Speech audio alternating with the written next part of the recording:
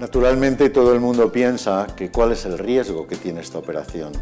Solo vamos a hablar ya del riesgo, es decir, de la mortalidad y de las complicaciones del bypass gástrico por laparoscopia, pues sabemos que en cada intervención tiene un riesgo diferente. Pues bien, en lo que se ha publicado en el mundo del bypass gástrico por laparoscopia, el riesgo de mortalidad oscila entre el 0,3 y el 0,4%, es decir, que 3 o 4 personas de cada 1000 que se operen pueden fallecer. ¿Cuál ha sido nuestro propio riesgo? Desgraciadamente han fallecido 2 personas. Eso significa en los 2000 casos que llevamos un 0,1% o lo que es lo mismo un 1 por 1000 de mortalidad.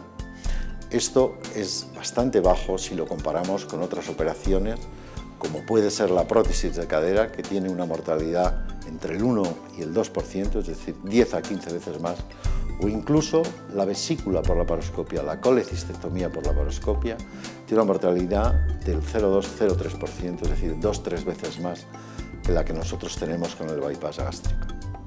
¿Y cuáles son las complicaciones más importantes que nos pueden conducir a esta mortalidad? Pues son fundamentalmente 2. Las fístulas y el tromboembolismo pulmonar. Voy a tratar de explicarles las dos. ¿Qué es la fístula? La fístula es la salida del contenido intestinal fuera del intestino. ¿Y esto cuándo se puede producir? Pues cuando reducimos el estómago y luego lo volvemos a unir, si ese cierre, esas suturas o no quedan bien o luego el tejido no cicatriza bien, el contenido del intestino puede salir a través de una pequeña filtración.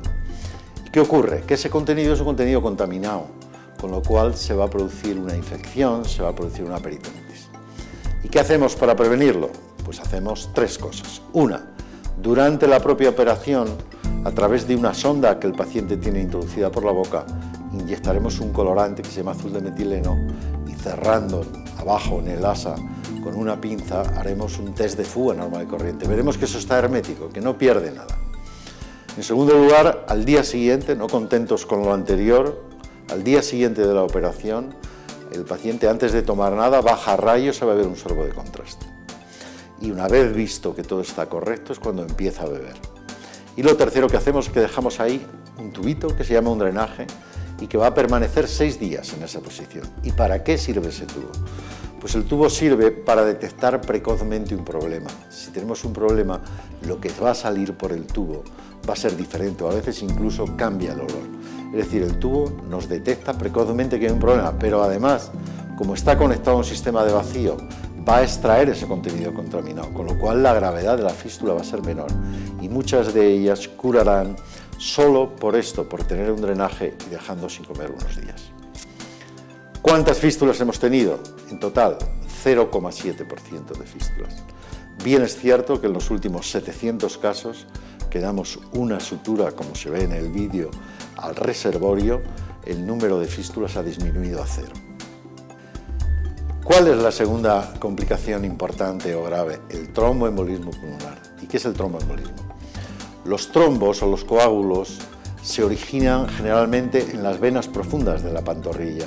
Y si un trombo de esos crece de tamaño y se suelta, puede llegar por todo el sistema venoso al pulmón. Es lo que se llama el tromboembolismo pulmonar. Entonces, para prevenir el tromboembolismo, lo que haremos será intentar que no se formen trombos. Y para eso hacemos 3 cosas. Primero, ponemos unas inyecciones en la tripa de una sustancia que se llama heparina y que va a mantenerse desde 12 horas antes de la intervención hasta un mes después. En segundo lugar, utilizaremos unas medias que se llaman de compresión neumática intermitente cuando el paciente está en la sala de operaciones, para que esas medias que se inflan, esos manguitos sucesivamente, es como una especie de presoterapia, lo que va a hacer que la sangre circule. Y cuanto más circula la sangre, menos se coagula. Y en esa misma idea vamos a mover a los pacientes, los vamos a hacer deambular precozmente. La persona sale del quirófano con 2 sondas, una que es el drenaje y otra que es una sonda para el PIS. Las 6 primeras horas del posoperatorio, el paciente las pasará en la unidad de cuidados intensivos y una vez transcurrido este tiempo se le retirará la sonda vesical e irá para la habitación solo con el drenaje. Y esa noche, si tiene ganas de orinar, se le recomienda que se levante y puede hacerlo perfectamente. Pues bien, con todas estas medidas, hasta hoy, afortunadamente, no hemos tenido ni un solo caso de tromboembolismo pulmonar.